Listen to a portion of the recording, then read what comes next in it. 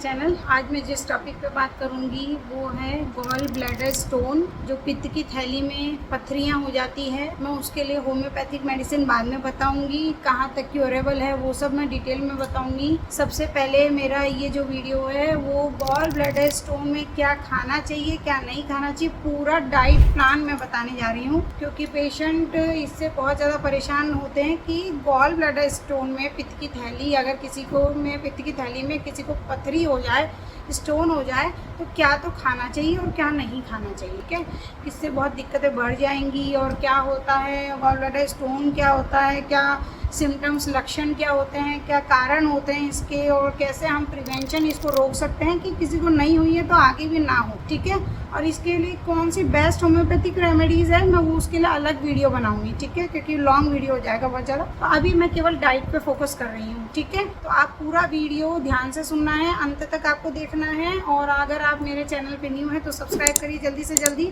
Share करिए ज़्यादा से ज़्यादा फ्रेंड्स, ताकि सभी को इन्फॉर्मेशन प्राप्त हो, क्योंकि लोग बागों को भटकते रहते हैं। तो सारा एक सार डाइट का आपको कहीं कुछ नहीं देखना पड़ेगा, मैं एक ही वीडियो में सब कुछ बता दूंगी।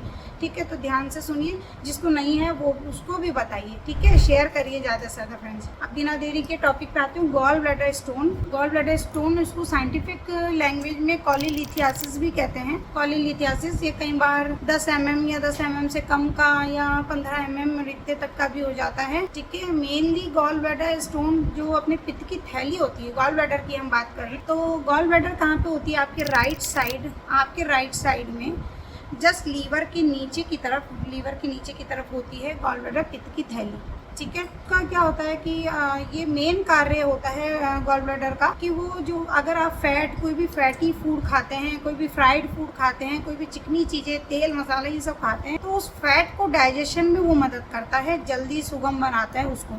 ठीक है, कैसे बनाता है कि गॉल ब्लैडर क्या होता है, पित्त की थैली का काम होता है कि बाइल को स्टोर करता है। ठीक है, बाइल क्या होता है कि फैट के डाइजेशन में हेल्प करता है, जो भी चिकना आपने पदार्थ लिया है उसके डाइजेशन में मदद करेगा। ठीक है, अगर बाइल नहीं होगा या गॉल ब्लैडर, पित्त की थैली नहीं होगी तो आपको डेफिनेटली ज़रूर से ज़रूर दिक्कतें आनी है फैट को पचने में। ठीक है, कोई भी आप ऐसा अनहेल्दी फूड ले लेते हैं तो। और ये बाइल बनता कहाँ है, वो लीवर में बनता है, लीवर में बनेगा, बाइल आके स्टोर होगा गॉल ब्लैडर में। गॉल ब्लैडर जब भी आप कोई फैटी फूड खाएंगे, फ्राइड फूड खाएंगे, तो गॉल ब्लैडर जो पित्त की थैली है वहाँ से बाइल रिलीज़ होगा, वहाँ से बाइल डिस्चार्ज होगा, और स्मॉल इंटेस्टाइन जो अपनी छोटी आंत है जिसे ड्यूडेनम भी कहते हैं, वहाँ पे जाएगा, डाइजेशन में हेल्प करेगा। तो ये प्रोसीजर हुआ, ये प्रोसेस हुआ कि बाइल, गॉल ब्लैडर कैसे काम करता है। ठीक है, अब गॉल ब्लैडर स्टोन क्या है, कॉलीलिथियासिस कैसे हो जाता है, जब ये बाइल एक्सिस में बन जाएगा और इकट्ठा हो जाएगा तो यही स्टोन का रूप ले लेगा, कड़ा हो जाएगा। ठीक है, अब गॉल ब्लैडर स्टोन 2 टाइप के होते हैं। कोलेस्ट्रॉल एक होता है कॉलीलिथियासिस, जो कोलेस्ट्रॉल पिगमेंट से बनेगा, और एक डार्क पिगमेंट जो होता है उससे रिलेटेड होता है। तो 2 टाइप के होते हैं। तो कोलेस्ट्रॉल से जो बने होते हैं स्टोन्स वो हमेशा येलो कलर के होंगे, और कोलेस्ट्रॉल की अधिकता के कारण जो आपने तेल मसाला खा लिया है, अनहेल्दी फ्राइड ऑयल वगैरह जो होता है, जो बैड कोलेस्ट्रॉल होता है, मेनली उसकी बात हो रही है, उसकी अधिकता के कारण जो स्टोन जम जाएगा तो वो कोलेस्ट्रॉल से रिलेटेड होगा। ठीक है,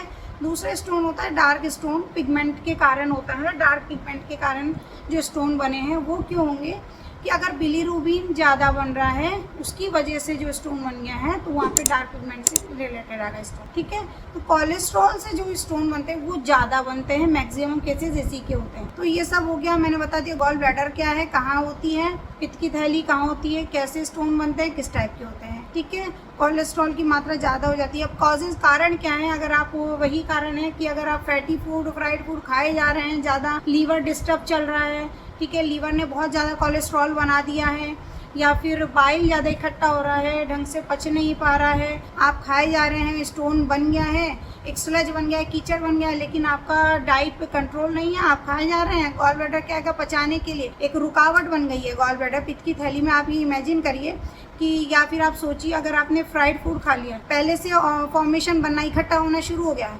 अब आपने कुछ तेल का ऐसा खाना खा लिया जो आपको नहीं खाना चाहिए गॉल ब्लैडर स्टोन में, शुरुआती आपको पता नहीं है, क्योंकि मोस्टली केसेस पेनलेस होते हैं, पता नहीं चलता है पहले। आपने खाया, अब गॉल ब्लैडर क्या करेगा, बाइल रिलीज करेगा, बाइल रिलीज करेगा और पहले से ही वहाँ पे दिक्कत आ रही है, वो और कोशिश करेगा रिलीज करने की, तो वो और रिलीज करेगा और इकट्ठा होता जाएगा, स्टोन में और वृद्धि होती रहेगी।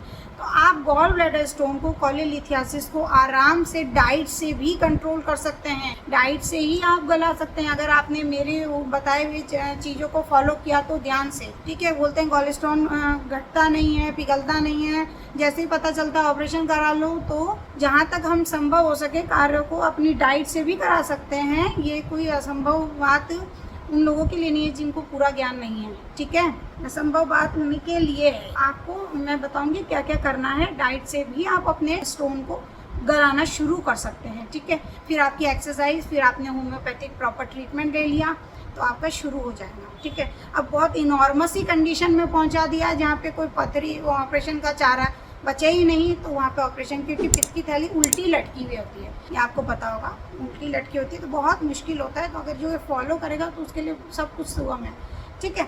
तो अब हम डाइट पे आते हैं, बिना देरी किए मैं डाइट प्लान बताती हूँ। डाइट में क्या करना है, सबसे पहले आप उठेंगे, उठने के बाद में आपको 2 गिलास गुनगुना पानी पीना है, सिप सिप करके पीना है, ठीक है। सबसे पहला प्रोसीजर आपका ये होगा।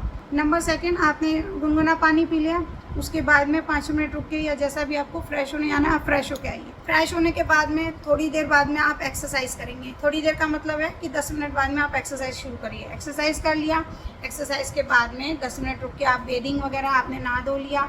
उसके बाद में पूरा प्रोसीजर बता रही हूँ, पूरा प्रोसेस, पूरा टाइम टेबल। नहा धो लिया, उसके बाद में आपने हाफ एन आवर रुक के आपको क्या करना है कि या फिर अगर आपको ज़रूरत लग रही है 10 मिनट रुक करके आप हर्बल टी या ग्रीन टी लेंगे। आप नॉर्मल दूध की चाय नहीं लेंगे, आपको हर्बल टी या ग्रीन टी लेनी है। ग्रीन टी ले लिया, उसके हाफ एन आवर बाद में आपको एप्पल लेनी है। Apple is must in stone of gall bladder या कोलेलिथियासिस केसेस में एप्पल मस्ट है। क्यों है एप्पल, क्योंकि एप्पल जो गॉल ब्लैडर के जो स्टोन है उसको गलाने में मदद करती है। क्यों करती है, क्योंकि उसमें मैलिक एसिड मिलता है और केवल एप्पल में होता है, इसलिए एप्पल बहुत ज़बरदस्त काम करेगी गॉल ब्लैडर स्टोन में। ध्यान रखिएगा, पित्त की थैली में अगर आप एप्पल लेते हैं तो वो बहुत ज़रूरी है। तो डेली आपको एप्पल लेनी है। मैंने बता दिया कि हर्बल टी ली है, ग्रीन टी ली है, उसके बाद में आप आधे घंटे बाद में आप एप्पल ले लिया। एप्पल ले लिया, उसके बाद में आपने 2 घंटे बाद में अपना लंच करना है। लंच में क्या डाइट होगी, 2 मीडियम साइज़ की आपको चपाती लेनी है, रोटी लेनी है, ग्रीन वेजिटेबल्स ज़्यादा लेनी है, दाल ज़्यादा नहीं लेनी है, चावल ज़्यादा नहीं लेना है, दाल कम, चावल कम, राजमा कम, ठीक है, छोले